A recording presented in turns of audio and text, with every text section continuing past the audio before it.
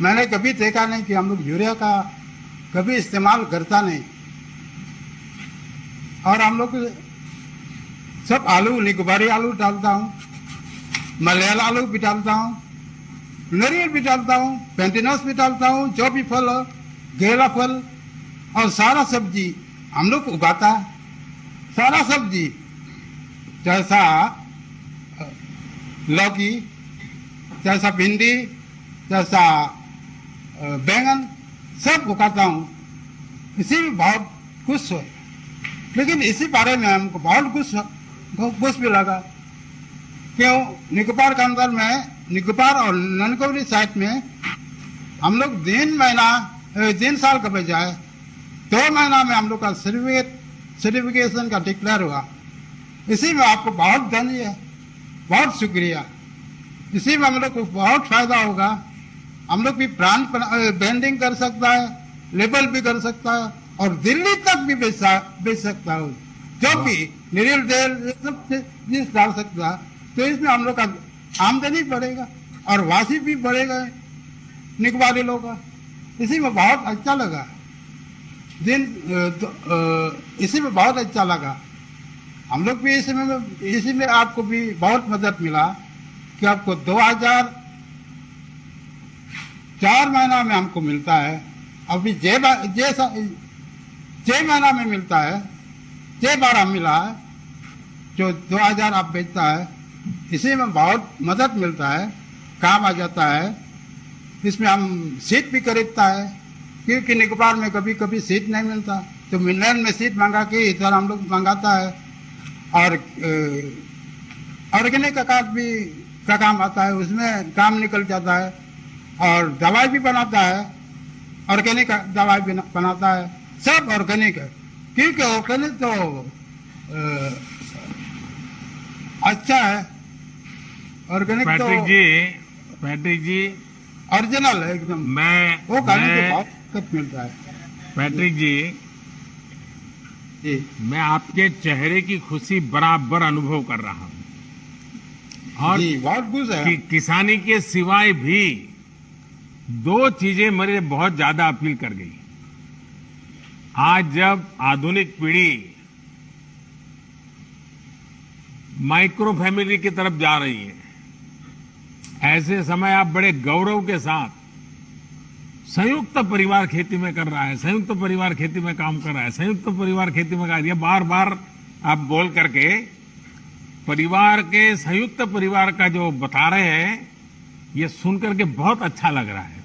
और दूसरा, आप जब सीना तान करके बोल रहे थे कि हम जो पैदा करते हैं वो दिल्ली भी भेजते हैं, मतलब आप दिल्ली को भी खिलाते हो। इसमें आपका एक आत्मसम्मान झलकता है कि देखिए, मैं यहां समुद्र के बीच में बैठा हूं, टापू पर बैठा हूं, लेकिन मैं भी दिल्ली की सेवा करता हूं। ये जो आत्मसम्मान और गौरव है ना, यही सबसे बड़ी पूंजी है। और मुझे खुशी है कि आपने जैविक खेती की तरफ बढ़ गए और आपने दुनिया को आकर्षित किया है। मैं आपको बहुत बहुत बधाई देता हूं। और हमारे देश में आज भी अनेक ऐसे क्षेत्र हैं जहां प्राकृतिक कृषि होती है। हमारी कोशिश है कि ऐसे सभी द्वीप, जनजाति क्षेत्र, पहाड़ी क्षेत्र और रेगिस्तानी इलाके जहां प्राकृतिक खेती हो रही है, उन्हें सर्टिफाइड जैविक इलाकों के रूप में विकसित किया जाए। पैट्रिक जी, आप मेरे कहने पे एक काम जरूर कीजिए। आप अपने अनुभवों का लाभ अपने साथी किसानों को भी दीजिए, जिससे उनका भी फायदा हो। और मुझे विश्वास है कि आपके नेतृत्व में ये जैविक खेती का अभियान बहुत नई ऊंचाई पर पहुंचेगा। और अब तो दिल्ली के लोग जब भी अंडमान निकोबार आएंगे तो पैट्रिक जी को ढूंढेंगे और आपकी कोई न कोई चीज खरीद के जाएंगे। जी सर, बहुत बहुत धन्यवाद। अनुरोध करता हूँ कि आप निकोबार आ जाइए। आऊंगा, जरूर आऊंगा। नारियल पानी पीजिए, जरूर आऊंगा, घुसी घुसी इतिहास है ये निकोबार में। जरूर और आऊंगा, एकदम ऐसी हवा, खुला हवा में रहेगा तो बहुत अच्छा लगेगा। जरूर और आऊंगा। जितना हम लोग जो ऑर्गेनिक जो चीज खाता ना, बहुत ताकत मिलेगा और बीमार भी कमती रहेगा और उम्र भी जरूर बढ़ेगा। जरूर कभी मैं आऊंगा। इसी में बहुत आपका भला है। बहुत बहुत धन्यवाद, बहुत बहुत शुक्रिया। धन्यवाद, जय हिंद। जय हिंद। धन्यवाद जी। अब मैं जम्मू कश्मीर के श्रीनगर जिले के श्री खुर्शीद अहमद रेशी को आमंत्रित करूंगा, जो कि प्रधानमंत्री किसान सम्मान निधि के लाभार्थी हैं। श्री खुर्शीद अहमद जी। खुर्शीद जी नमस्ते। तमाम जम्मू कश्मीर के किसानों की तरफ से प्यार भरा नमस्कार सर। खुर्शीद जी सबसे पहले तो आपको ईद मुबारक। ईद आपको का त्योहार तुम्हारा- आपके जीवन में खुशियां बढ़ाए, मेरी यही कामना है। और मुझे बताया गया है कि आप पोस्ट ग्रेजुएट हैं, आपने फिर ये काम चुना। कई नौजवान आज आपकी बातें सुन करके उनका भी खेती की तरफ रुझान बढ़ेगा। तो आपकी पढ़ाई और खेती कैसे आपने मेलजोल किया है, जरा बताइए। सर मैं डिस्ट्रिक्ट श्रीनगर में टैंगपुरा के गांव से ताल्लुक रखता हूं सर। सर मैंने पोस्ट ग्रेजुएशन की है इंग्लिश में सर। मेरे वालिद है, मेरी वालिदा है, मेरी बीवी है, मेरे 3 बच्चे हैं और छोटा भाई है, वो बीएससी नर्सिंग कर रहा है अभी सिक्किम में सर। मेरे पास 26 कनाल की जमीन है सर। 14 कनाल की जो जमीन है उनमें ऑर्गेनिक सब्जी बनाता हूं सर। और जो 12 कनाल जो जमीन है वो मैं धान की फसल बनाता हूं सर। मैं ऑर्गेनिक सब्जी इसलिए बना रहा हूं सर क्योंकि पहले हम ट्रेडिशनल सब्जियां बनाते थे, उसमें कुछ आता नहीं था सर। जब हमने नौकरी की तलाश की तो नौकरी हासिल नहीं हुई, तो मैंने डिपार्टमेंट ऑफ एग्रीकल्चर से, जो concern department of agriculture Jammu Kashmir का है सर, वहां से मैंने ट्रेनिंग ली है, वहां से मैंने एजुकेट किया है। फिर मैंने सोचा कि मैं क्यों न अपनी जमीन की तरफ जाऊं। तो मैं अपनी तरफ जमीन की तरफ गया तो मैंने ऑर्गेनिक सब्जी बनाई सर। मैं एक्सोटिक सब्जी ज्यादातर बनाता हूं सर। उसमें है कैप्सिकम, ब्रिंजल है और कुकुम्बर है सर, ग्रीन चिलीज है सर। उसमें मैं ये सब्जियां उगाता हूं सर। अच्छा खुर्शीद जी ये बताइए कि आपको मार्केटिंग और दूसरी चीजों में सरकार की कुछ मदद मिल रही है क्या? डिपार्टमेंट ऑफ एग्रीकल्चर से मैंने गांव में एक एफपीओ बनाया है 30 फार्मरों की सर। हम ये ऑर्गेनिक सब्जियां एक जमा इकट्ठे करके डिपार्टमेंट ऑफ एग्रीकल्चर ने एक रेफ्रिजरेटर वैन मुहैया किया है, फैसिलिटेट किया है मुझे।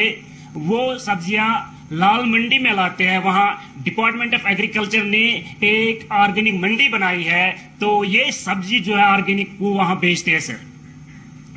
खुर्शीद जी आपका साहस और समर्पण ये अपने आप में एक मिसाल है, क्योंकि इतनी पढ़ाई करने के बाद फिर इस तरफ लौटना ये एक जज्बा रखता है जो आपने दिखाया है। वरना आदमी उलझन में रहता है, भाई अब क्या करूं, दुनिया क्या कहेगी, फिर लोग कहेंगे इतना क्यों पढ़ा लिखा और यही करना था तो बचपन से ही कर लेता। वो सब परवाह किए बिना आपने अपने जीवन का रास्ता चुना। सचमुच में बहुत ही इंस्पायरिंग है।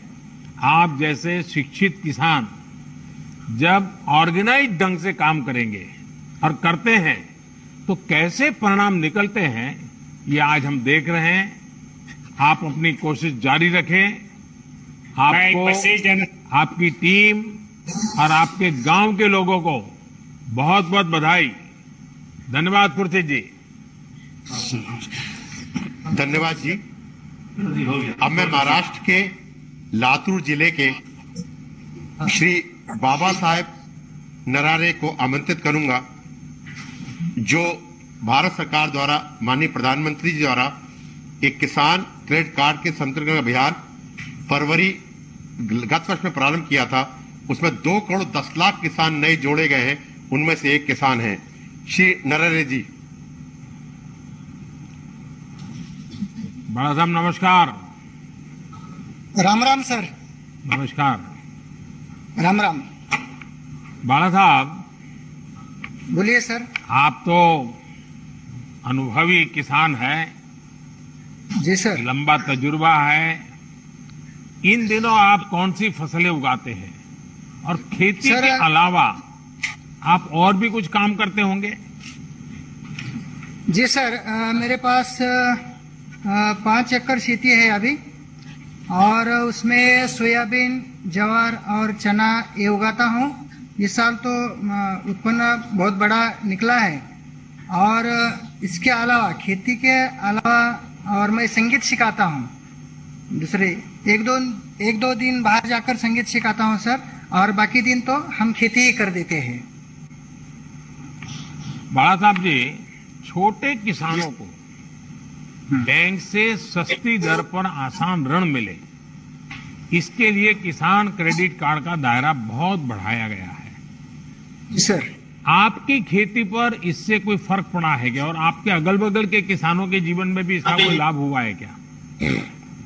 जी सर, इसका अनुभव ये है कि पिछले साल तक तो मेरे पास कोई पैसा इतना ज़्यादा नहीं आता था। मैं आजू बाजू से हमारे सगी संबंधियों से पैसा लेता था, मतलब 10-20 हज़ार लेता था। लेकिन पिछले साल जुलाई में हमारे यहाँ के महाराष्ट्र बैंक चिंचोलेरा वाड़ी के कुछ अधिकारी लोग हमारे गांव में आ गए थे, और उसमें केसीसी के संदर्भ में मेला लगाया था, और उसी वक्त मुझे भी वहाँ बुलाया गया था। तो उन अधिकारियों ने बहुत सारे फायदे बताए थे। तो उसी वक्त मैंने उनसे ऋण लिया था, 1,58,000 रुपये ऋण लिया था, और उन्होंने 5 साल तक सीमित ये कर्जा दिया था।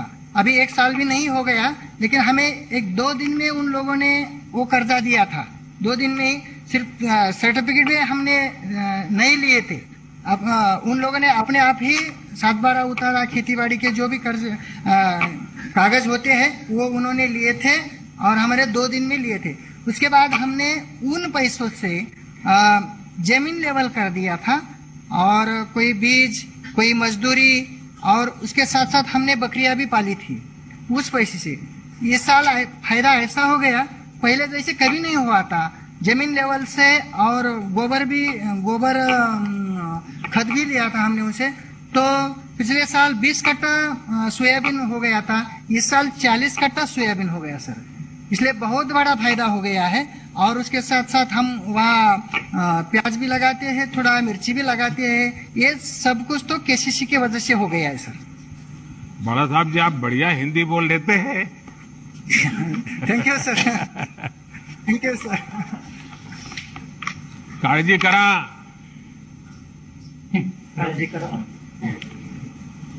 बरं आहेत हेलो मग? सर। हाँ, नमस्कार सर। Thank you sir. बहुत बहुत धन्यवाद आपका भी, और सभी गांव के धन्यवाद। किसानों को भी हमारा प्रणाम कह दीजिएगा। Thank you sir. Yes sir, yes yes. माननीय प्रधानमंत्री जी का बहुत बहुत धन्यवाद। अब हम माननीय प्रधानमंत्री जी से देश को संबोधित करने का अनुरोध करेंगे। माननीय प्रधानमंत्री जी।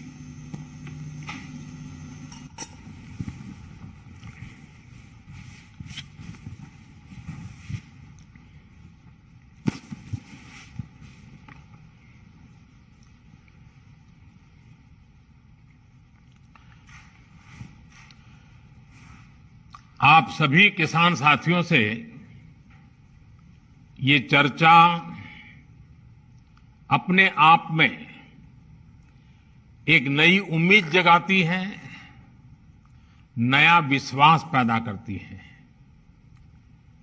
आज जैसा अभी हमारे मंत्री श्रीमान नरेंद्र सिंह जी तोमर बता रहे थे, आज भगवान बसवेश्वर जयंती है, परशुराम जयंती भी है। आज अक्षय तृतीया का भी पावन पर्व है, और मेरी तरफ से देशवासियों को ईद की भी मुबारक। कोरोना के इस समय में समस्त देशवासियों का हौसला बढ़े, इस महामारी को परास्त करने का संकल्प और दृढ़ हो, इस कामना के साथ आप सब किसान भाइयों से जो मेरी बातचीत हुई है, अब मैं इसको आगे बढ़ाऊंगा। इस कार्यक्रम में उपस्थित कृषि और किसान कल्याण मंत्री श्रीमान नरेंद्र सिंह तोमर जी, केंद्रीय मंत्रिमंडल के मेरे अन्य सहयोगीगण, सभी मुख्यमंत्री, राज्य सरकारों के आदरणीय मंत्रीगण, सांसदगण, विधायकगण और देश भर के मेरे किसान भाई और बहनों, आज बहुत ही चुनौतीपूर्ण समय में हम ये संवाद कर रहे हैं। इस कोरोना काल में भी देश के किसानों, हमारे कृषि क्षेत्र में अपने दायित्व को निभाते हुए अन्न की रिकॉर्ड पैदावार की है। आप कृषि में नए नए तरीके आजमा रहे हैं। आपके प्रयासों को पीएम किसान सम्मान निधि की एक और किस्त और मदद करने वाली है। आज अक्षय तृतीया का पावन पर्व है। कृषि के नए चक्र की शुरुआत का समय है और आज ही करीब 19,000 करोड़ रुपए किसानों के बैंक खातों में सीधे ट्रांसफर किए गए हैं। इसका लाभ करीब करीब 10 करोड़ किसानों को होगा। बंगाल के किसानों को पहली बार इस सुविधा का लाभ मिलना शुरू हुआ है। आज बंगाल के लाखों किसानों को पहली किस्त पहुंची है। जैसे जैसे राज्य से किसानों के नाम केंद्र सरकार को मिलेंगे, वैसे वैसे लाभार्थी किसानों की संख्या और बढ़ती जाएगी। साथियों, पीएम किसान सम्मान निधि से विशेष रूप से छोटे और मझोले किसानों को अधिक लाभ हो रहा है। आज के कठिन समय में ये राशि इन किसान परिवारों के बहुत काम आ रही है।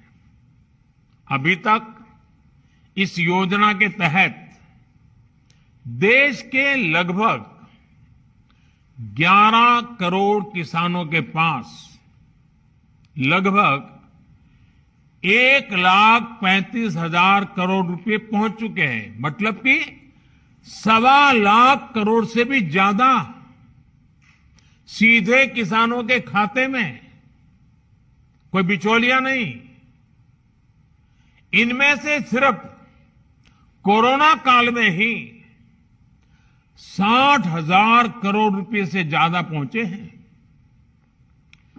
जरूरत के समय देशवासियों तक सीधी मदद पहुंचे, तेजी से पहुंचे, जिसको जरूरत है उस तक पूरी पारदर्शिता के साथ पहुंचे, यही सरकार का निरंतर प्रयास है। भाइयों और बहनों, तेजी से सीधे किसानों तक लाभ पहुंचाने का यह काम उपज की सरकारी खरीद में भी बहुत व्यापक स्केल पर किया जा रहा है। कोरोना की मुश्किल चुनौतियों के बीच जहां किसानों ने कृषि और बागवानी में रिकॉर्ड उत्पादन किया है, वहीं सरकार भी हर साल एमएसपी पर खरीद के नए नए रिकॉर्ड बना रही है। पहले धान की और अब गेहूं की भी रिकॉर्ड खरीदी हो रही है। इस वर्ष अभी तक बीते वर्ष की तुलना में लगभग 10% अधिक गेहूं एमएसपी पर खरीदा जा चुका है। अभी तक गेहूं की खरीद का लगभग 58,000 करोड़ रुपए 58,000 करोड़ रुपए सीधे किसानों के खाते में पहुंच चुका है। सबसे बड़ी बात ये कि अब किसान जो उपज मंडी में बेच रहा है उसको अब अपने पैसे के लिए लंबा इंतजार नहीं करना पड़ता, परेशान नहीं होना पड़ता। किसान के हक का पैसा सीधा उसके बैंक खाते में जमा हो रहा है। मुझे संतोष है कि पंजाब और हरियाणा के लाखों किसान पहली बार डायरेक्ट ट्रांसफर की इस सुविधा से जुड़े हैं। अभी तक पंजाब के किसानों के बैंक खाते में करीब 18,000 करोड़ रुपए और हरियाणा के किसानों के बैंक खाते में 9,000 करोड़ रुपए सीधे उनके बैंक अकाउंट में जमा हो चुके हैं। अपना पूरा पैसा अपने बैंक खाते में पाने का संतोष क्या होता है, ये पंजाब और हरियाणा के किसान भी अनुभव भी कर रहे हैं और मुखर होकर बोल भी रहे हैं। मैं सोशल मीडिया में इतने वीडियो देखे हैं किसानों के, खास करके पंजाब के किसानों के, कि इस प्रकार से उनको पैसा पहुंच जाना और वो भी पूरा पूरा पैसा पहुंच जाना, उसका संतोष इतने उमंग के साथ वो बता रहे हैं।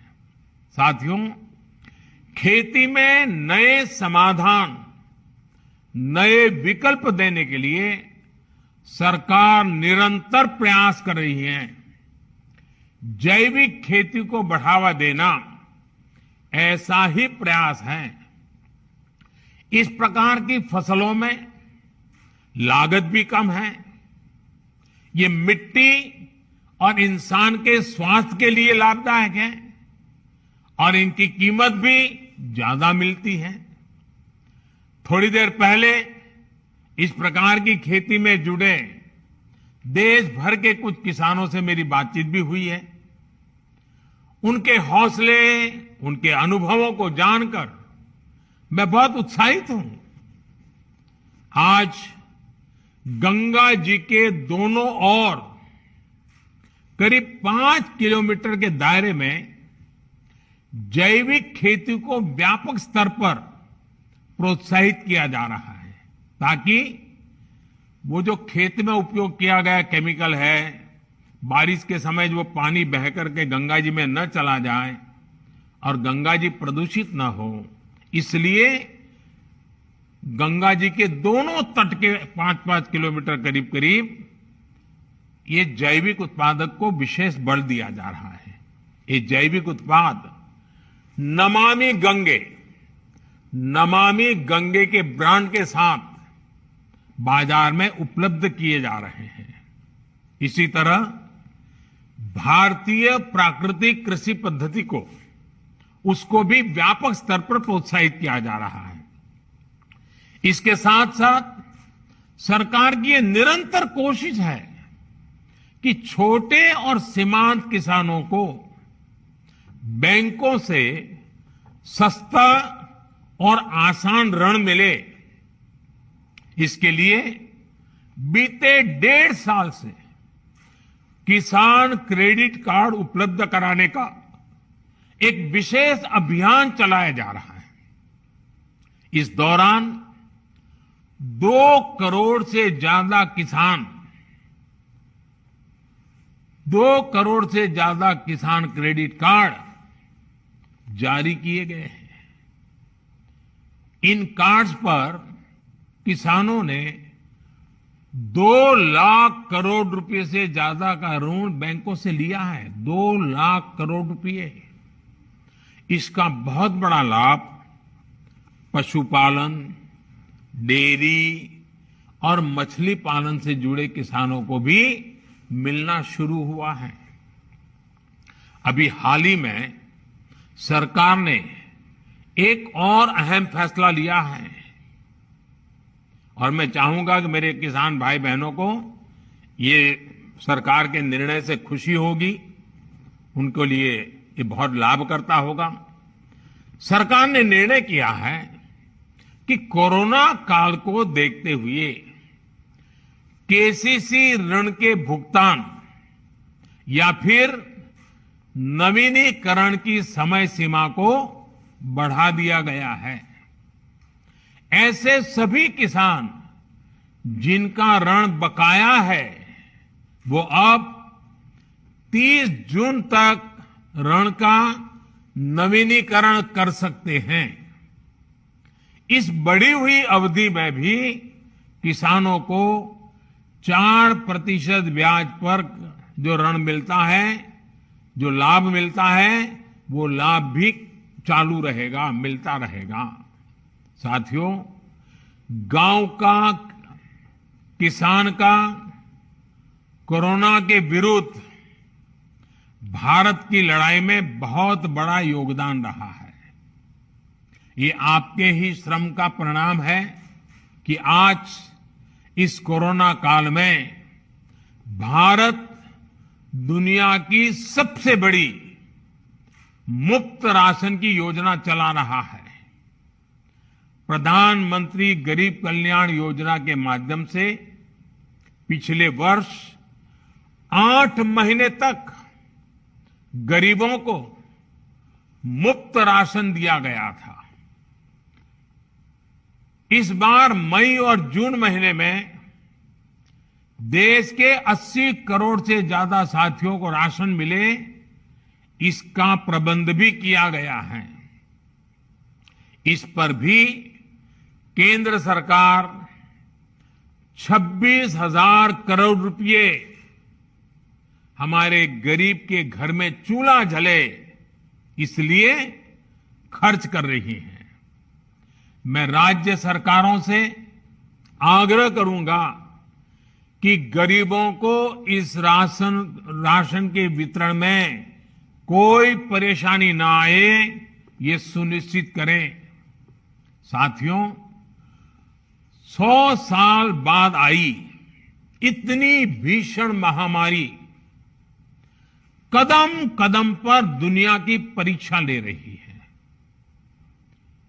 हमारे सामने एक अदृश्य दुश्मन है और ये दुश्मन बहुरूपिया भी है। और इस दुश्मन के कारण, इस कोरोना वायरस के कारण हम अपने बहुत से करीबियों को खो चुके हैं। बीते कुछ समय से जो कष्ट देशवासियों ने सहा है, अनेकों लोग जिस दर्द से गुजरे हैं, तकलीफ से गुजरे हैं, वो मैं भी उतना ही महसूस कर रहा हूं।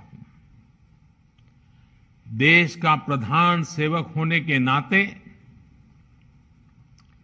आपकी हर भावना का मैं सहभागी हूं। कोरोना की सेकंड वेव से मुकाबले में संसाधनों से जुड़े जो भी गतिरोध थे, वो तेजी से दूर किए जा रहे हैं। युद्ध स्तर पर काम करने का प्रयास हो रहा है। आपने देखा होगा, सरकार के सभी विभाग, सारे संसाधन, हमारे देश के सुरक्षा बल, हमारे साइंटिस्ट, हर कोई दिन रात कोविड की चुनौती का मुकाबला करने में एकजुट है। देश के अलग अलग हिस्सों में तेजी के साथ कोविड अस्पताल बन रहे हैं।